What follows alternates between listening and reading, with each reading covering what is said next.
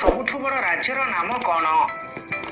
ଉତ୍ତର ରାଜସ୍ଥାନ। ଭାରତର ସବୁଠୁ ଛୋଟ ରାଜ୍ୟର ନାମ କ'ଣ? ଉତ୍ତର ଗୋଆ। ଭାରତର ସବୁଠୁ ସୁନ୍ଦର ରାଜ୍ୟର ନାମ କ'ଣ? ଉତ୍ତର କେରଳ। ସବୁଠୁ ଲମ୍ବା ନଦୀର ନାମ କ'ଣ? ଉତ୍ତର ଗଙ୍ଗା ନଦୀ। ବୁଡ଼ା ନଦୀର ନାମ କ'ଣ? ଉତ୍ତର ବ୍ରହ୍ମପୁତ୍ର ନଦୀ।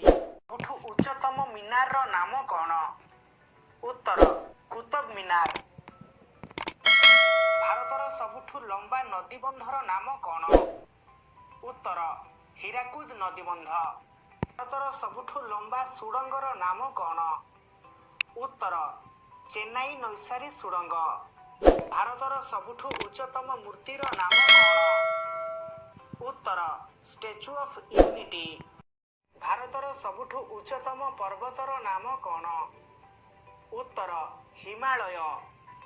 ଭାରତର ପ୍ରଥମ ମହିଳା ବିଶ୍ୱବିଦ୍ୟାଳୟ କେଉଁଠାରେ ସ୍ଥାପନ ହୋଇଥିଲା? ଉତ୍ତର ମୁମ୍ବାଇ।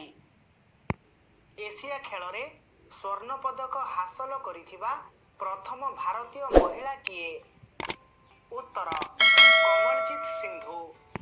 ଶୃଙ୍ଗ ଉପରକୁ ଚଢ଼ିଥିବା ପ୍ରଥମ ଭାରତୀୟ ମହିଳା କିଏ? ଉତ୍ତର ବଚେନ୍ଦ୍ରୀ ପାଲ। ଭାରତର ପ୍ରଥମ ମହିଳା IPS ଅଫିସର କିଏ? ଉତ୍ତର କିରଣ ବେଦୀ। ଭାରତର ପ୍ରଥମ ମହିଳା ରାଜ୍ୟପାଳ କିଏ? ଉତ୍ତର ସରୋଜିନୀ ନାଇଡୁ। ଭାରତର ପ୍ରଥମ ମହିଳା ବିଚାରପତି କିଏ? ଉତ୍ତର ଫତିମା ବିବି। ସ୍ୱାଧୀନ ଭାରତର ପ୍ରଥମ ଗଭର୍ଣ୍ଣର ଜେନେରାଲ କିଏ? ଉତ୍ତର ଲର୍ଡ ମାଉଣ୍ଟବେଟେନ୍।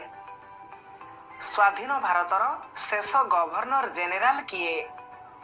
ଉତ୍ତର ରାଜଗୋପାଳଚାରୀ। ଭାରତର ପ୍ରଥମ ପ୍ରଧାନମନ୍ତ୍ରୀ କିଏ? ଉତ୍ତର ପଣ୍ଡିତ ଜବାହରଲାଲ ନେହେରୁ। ଜବାହରଲାଲ ନେହେରୁ କେବେ ଭାରତର ପ୍ରଧାନମନ୍ତ୍ରୀ ବନିଥିଲେ?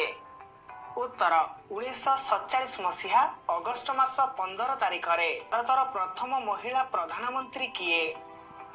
ଉତ୍ତର ଇନ୍ଦିରା ଗାନ୍ଧୀ। ଭାରତର ପ୍ରଥମ ରାଷ୍ଟ୍ରପତି କିଏ? ଉତ୍ତର ଡକ୍ଟର ରାଜେନ୍ଦ୍ର ପ୍ରସାଦ।